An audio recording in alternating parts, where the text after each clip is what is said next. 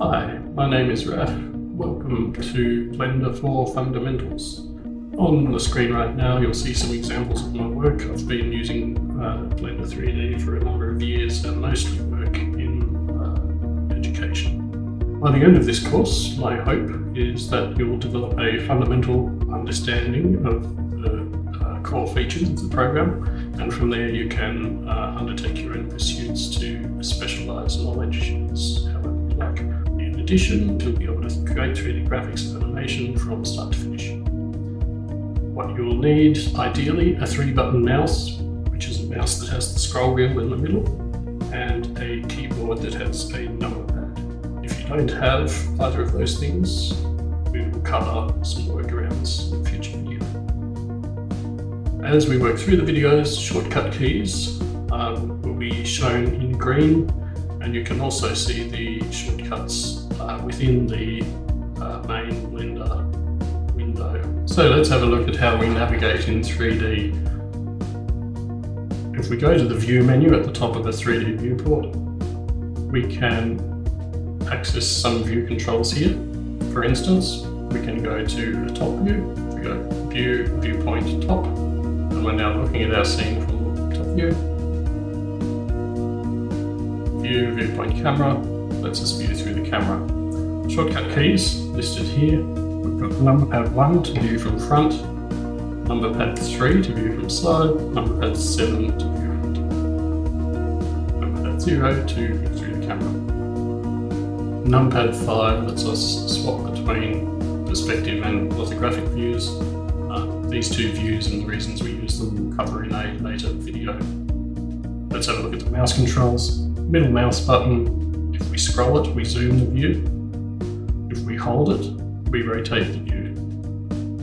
And when we rotate the view, you can see the camera come into the picture here. If we hold down Shift and middle mouse button, then we can pan the view. So by default, we have a scene with a cube and a camera. We can delete these when we get started if we wish to, if we want to start with a blank scene.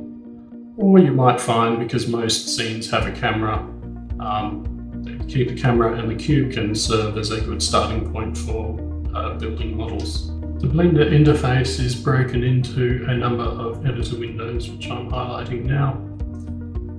Each of these windows you can resize if you move the mouse near the dividing line between windows, and then you can drag. You can change windows by clicking on the icon in the top left corner of the window and changing the selection. By default, we have a 3D editor window here, a properties window here, and an outline window here showing the outline of our scene, camera and cube, and a timeline window down the bottom which lets us play, pause, rewind and scrub through an animation if we're building animations. The mouse will have a different effect depending on where it is located on the screen. For instance, if my mouse is hovered in the 3D viewport and I scroll the mouse wheel, I can zoom the view. If my mouse is over the timeline and I scroll the view, I'm zooming in and out of my timeline. If I have the mouse over a panel that is not fully visible and scroll the mouse, I can scroll through. Likewise, shortcut keys. If we press A while my cursor is in the 3D viewport, it selects everything, select all. Incidentally, you can double tap A to deselect. If I press A on a flyout menu, the effect is that it will open and close the menu.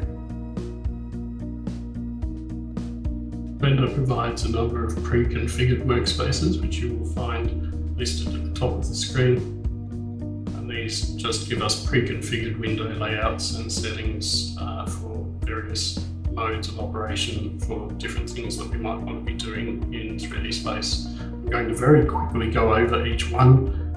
Bear in mind that we will go over the details covered here in more detail in a later video. This is just to give you an overview of what these workspaces are intended for.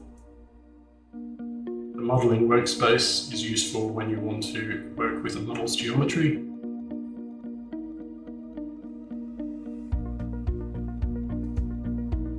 The sculpting workspace lets us sculpt meshes much like you would sculpt clay.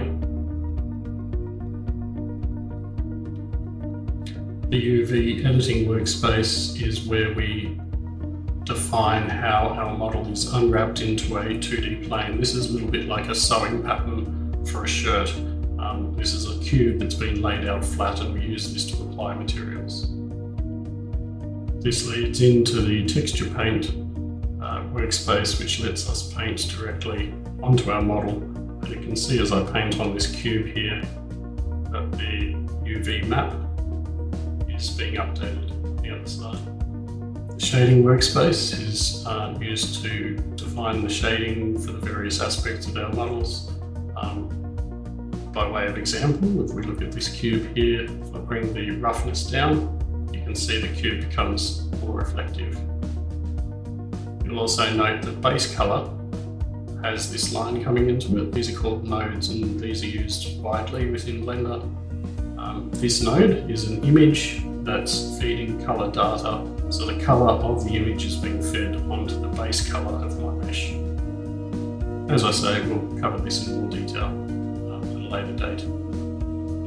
The animation workspace is where we can do animating.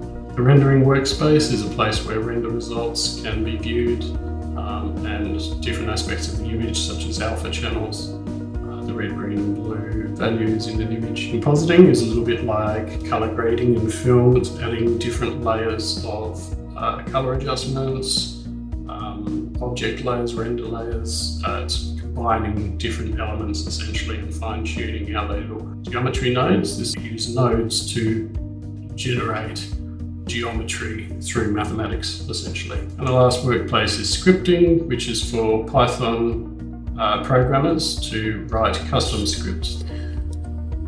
That's a wrap for this video. I hope it was useful, and we'll see you on the next one.